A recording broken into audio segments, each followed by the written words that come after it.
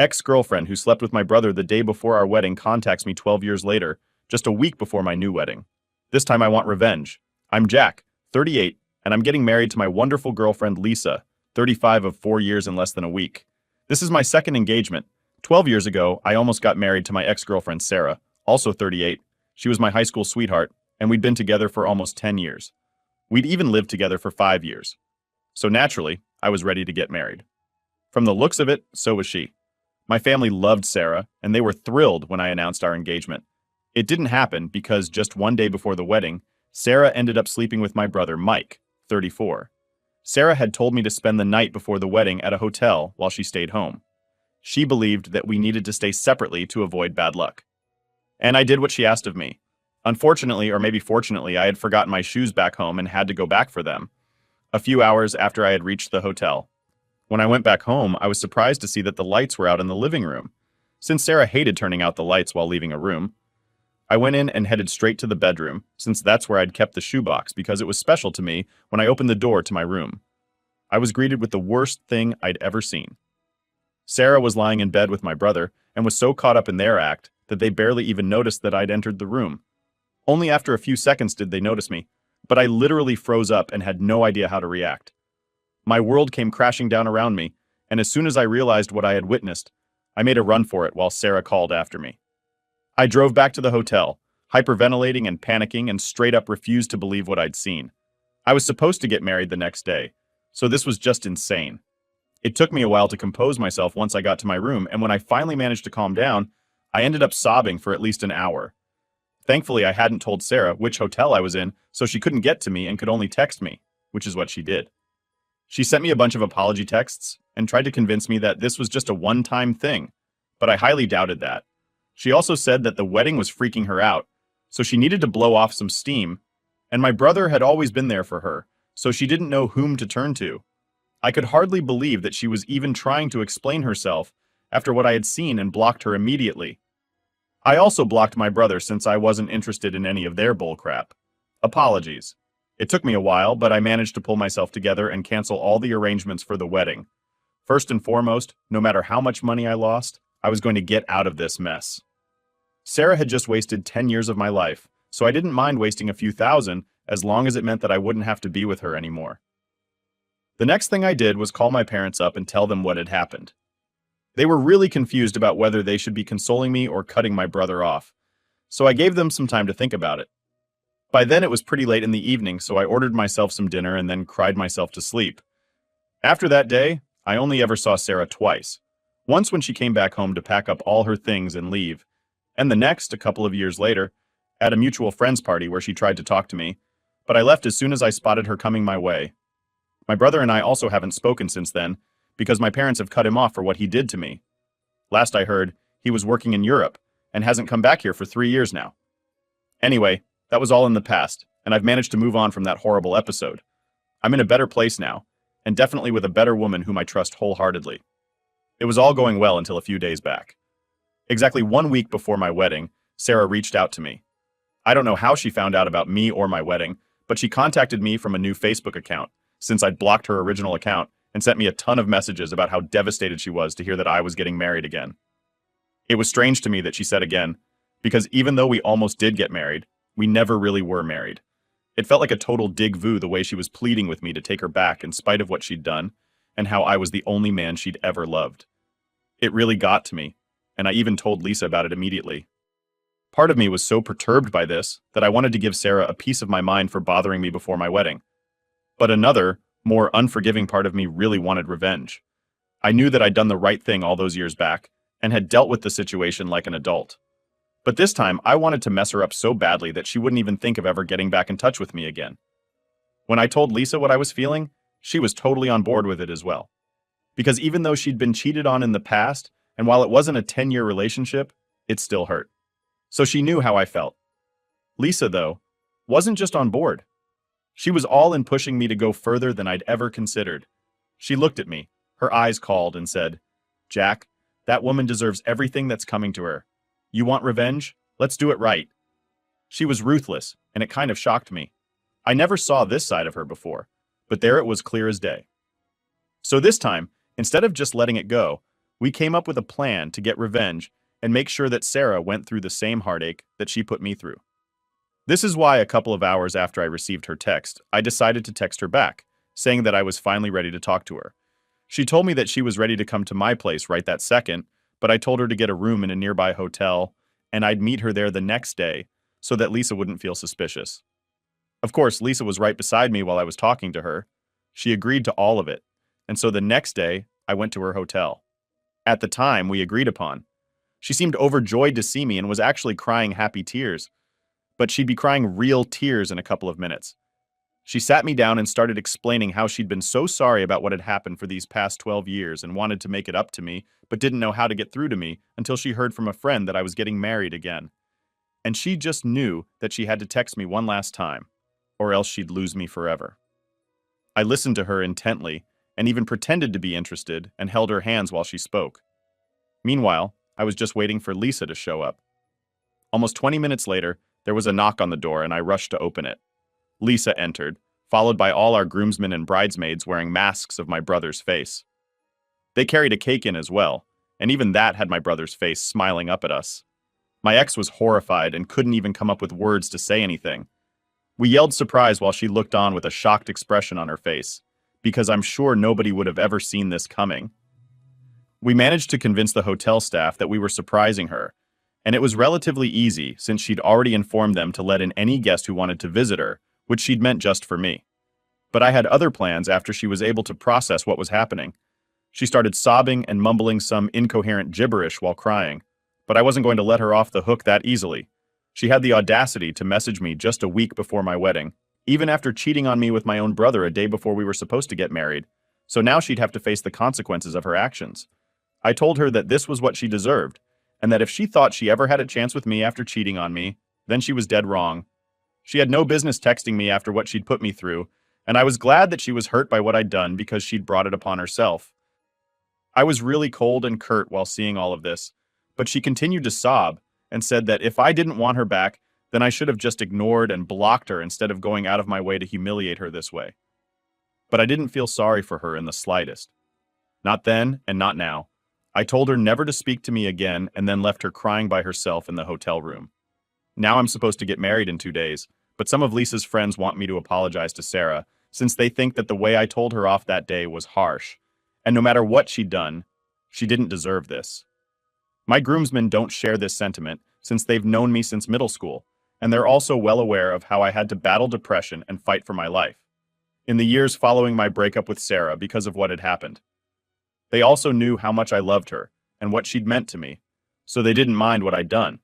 Lisa's friends had probably been expecting some high school drama that they could gossip about later, but this was too raw and real for them. My fiancée, GCE, is on my side and doesn't think I should apologize, but her friends are refusing to be part of the wedding. If I don't do that now, I'm really torn because on one hand, I don't want Lisa to be upset on our wedding day. After all, she really values her friends, but I also don't think I owe Sarah any apology at all. She could have just stayed out of my life and this never would have happened, but she just didn't want to see me happy. In fact, she's still trying to play the victim here and keeps sending me texts from spam accounts about how I broke her heart and that this will definitely come back to me someday. I don't particularly care for this brand of emotional manipulation, not from Sarah, and most certainly not from Lisa's bridesmaids. I know that she's never going to tell me to apologize just for her sake, but I sort of feel obliged to at this point. And that's why I'm here. I'm running out of time, and I need to decide what I'm going to do right now. So the response to this has been pretty diverse, to say the least. There's just 1 day to go until the wedding, and I've decided to speak to Lisa before I actually do anything. Like most people suggested, I talked to her about how I'd been feeling, and as soon as I told her, she said that I absolutely didn't have to apologize to Sarah just because her bridesmaids thought so. If that offended them, then they could skip the wedding. She told me that her bridesmaids had no idea what had happened, and most of them thought that I'd overreacted, even when she explained that Sarah and I had been together for a decade and had cheated on me with my brother. Things that are incomprehensibly cruel and don't deserve to be forgiven. But they weren't convinced and still believed that I was being unreasonable and owed her an apology. So she gave up trying to explain my side of things to them, and even told them that they didn't have to attend our wedding if they didn't feel like it. She hasn't spoken to her friends in 1 whole day, and it seems really unlikely that they'll be attending. One of them even paid her back for the cost of the bridesmaid dress that she'd bought them all, and she thinks that most of them are going to skip. Lisa is putting up a strong front for my sake, but I know she's hurting since these women have been her friends since high school. Lisa says she doesn't care, but I know she does deep down, so I've decided to talk to her friends and try to convince them myself. As for Sarah, well, she's still being a total pain. A few hours ago, she managed to call me and then wasted 15 whole minutes trying to argue with me. She was really trying to convince me that I was still in love with her, but was just too proud to admit it. Why is she saying that? Well, apparently it's because I went to such lengths only to humiliate her. So it obviously meant that I still did have feelings for her deep down. Yeah, she's right. But those feelings are of hate and disgust. For whatever reason, she believes that I just wanted to see her one last time, which is why I'd held her hands while she was talking. But honestly, that was just a shocker. Even more, I literally laughed in her face while talking to her, hoping that she'd get the hint. But she kept on blabbering about how we were soulmates and that I needed to call off the wedding before I made a huge mistake. Honestly, the only reason I'm even entertaining any of this is so that she doesn't end up doing anything stupid. I've been trying to get through to her parents so they can take her away, but haven't been able to get through. So I'm just waiting for them to respond. After that, I'll finally be able to get rid of her once and for all. Don't get me wrong, I still hate her, but I also don't want her to hurt herself. I'm not that inhuman. Hey guys, so we're officially married now. It's been a couple of days since the ceremony, and I still can't believe it. She's now my wife. I'm thrilled. But unfortunately, there's still sad news. Her friends ended up not showing up to the wedding, despite my attempts to get them to come. I personally called each of them up to explain why I'd done what I'd done, and why I didn't want to apologize. But they didn't care much for it. Even when I asked them to attend just for Lisa's sake, they weren't too hot on it. It just seemed bizarre to me, because I'd surely attend a friend's wedding even if I didn't particularly like the person they were getting married to. I only learned the real reason yesterday when Lisa finally confessed that she'd had a feeling her friends wouldn't attend. Whether or not I apologized, simply because she'd refused to do what they'd asked of her and had disagreed with them. They didn't like that one bit, and believed that they were all one unit, so they always needed to have a united front. These were her friends from high school, and while she'd managed to somehow retain them throughout the years, because they never really had anything important to disagree upon, this was the first time that their friendship was tested, and she decided to choose me over her friends, which they didn't like at all. She said that she was a little upset about it, but was too embarrassed to admit it because it was also juvenile. I didn't mind though, since at least now I was sure that this wasn't really my fault, and her friends were just self-centered. My wife even said that part of her was glad that they'd refused to attend because she could finally stop trying to fit in all the damn time and could live life on her own terms without constantly having to seek her friends' approval. So, that was good for us, I suppose. Also, my ex's parents finally responded to me on the evening before my wedding. I hurriedly explained what their daughter had tried to do and how they needed to get to the hotel she'd been staying in and take her back with them for her own safety because she was being really psychotic and delusional, and I didn't think it was okay for her to be on her own. As it turns out, they'd been on a hiking trip where they had no network, but now that they were back, they promised me that they'd come to take her back as soon as they could and even thanked me for informing them. I haven't heard from them since, but I'm guessing they got her back home safely. Hi guys, it's been a week since my wedding, and unfortunately, it's been nothing but drama so far. As I mentioned, my ex-girlfriend or her parents hadn't been in touch with me since the last time I spoke to them. I'd assumed that they'd take her home, but apparently not.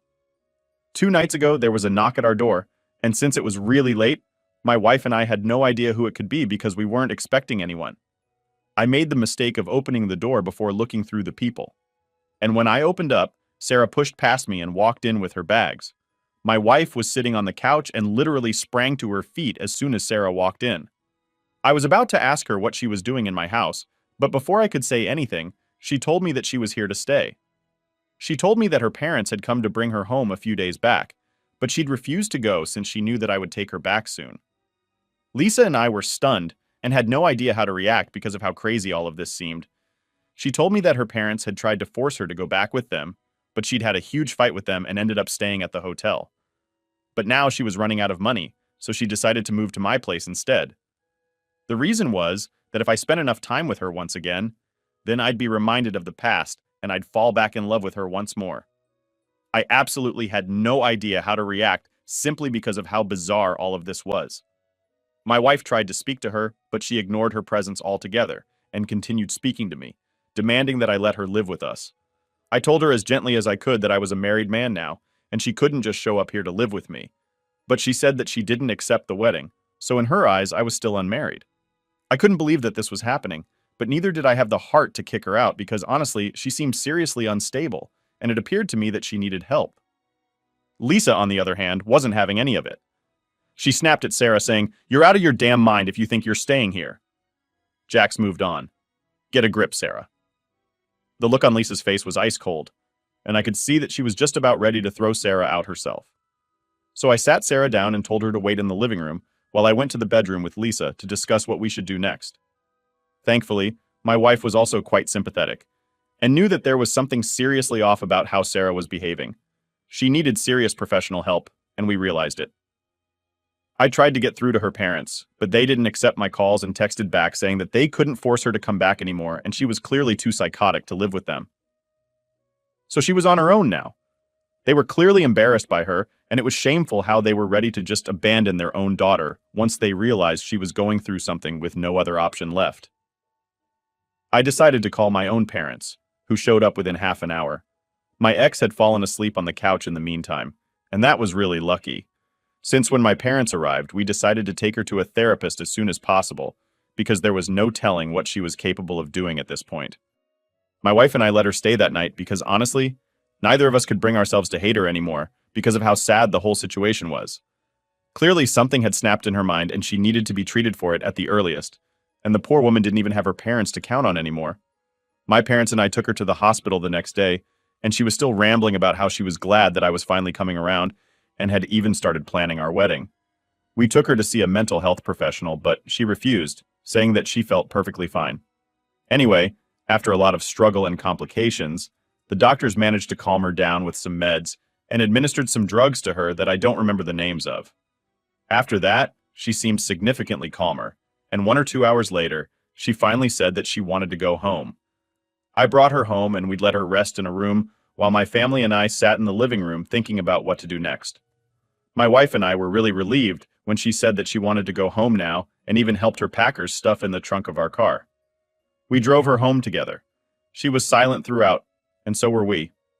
Because what could we even say in a situation like this? Once she got home, she apologized to both of us for the trouble that she'd caused, and said that she was ashamed of everything that had happened.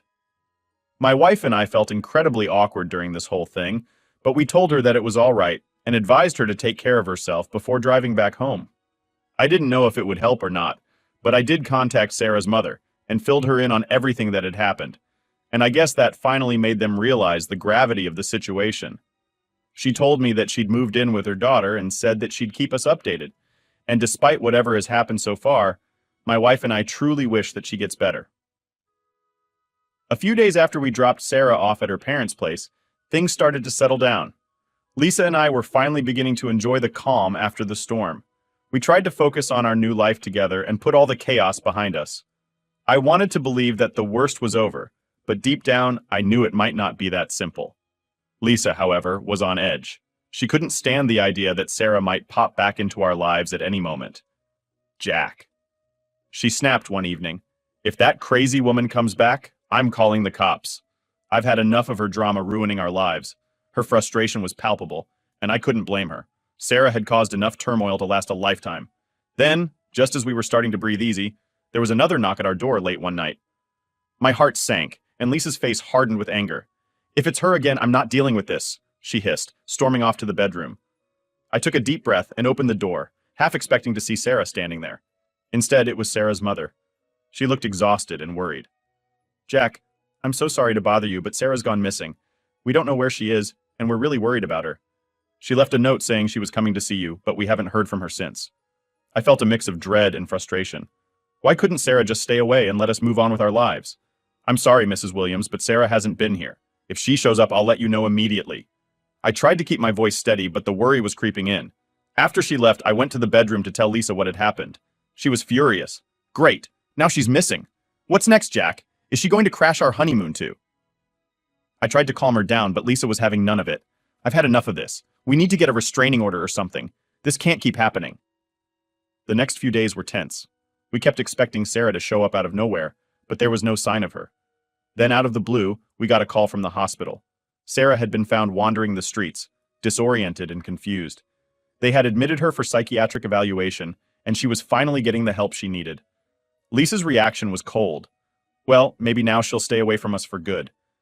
I couldn't help but feel a pang of guilt. Despite everything, I didn't want Sarah to suffer. I just wanted her out of our lives. Weeks passed, and we finally got the peace we had been craving. Sarah's parents kept us updated on her progress. She was getting treatment, and they assured us she wouldn't be bothering us again. I hope they were right. Lisa and I focused on our future. We started making plans for our honeymoon and tried to leave the past behind. But Lisa's demeanor had changed. She was more guarded, more distant. I knew the whole ordeal had taken a toll on her, on both of us. One evening, as we sat on the porch watching the sunset, Lisa turned to me and said, "Jack, I know this hasn't been easy, and I know I've been a bitch about it, but I just can't handle any more surprises. We need to move. Start fresh somewhere far from here." I nodded, understanding her need for a clean break. "You're right, Lisa. Let's find a new place and make it ours without any ghosts from the past." So that's what we did. We sold the house, packed our things, and moved to a new town where nobody knew our story. It wasn't easy starting over, but it felt like the right thing to do. We needed to put the past behind us and focus on the future. In the end, the whole mess with Sarah brought Lisa and me closer in a way. We learned to lean on each other to support one another through the chaos. And while it wasn't the fairy tale ending we'd hoped for, it was our new beginning. And that was enough.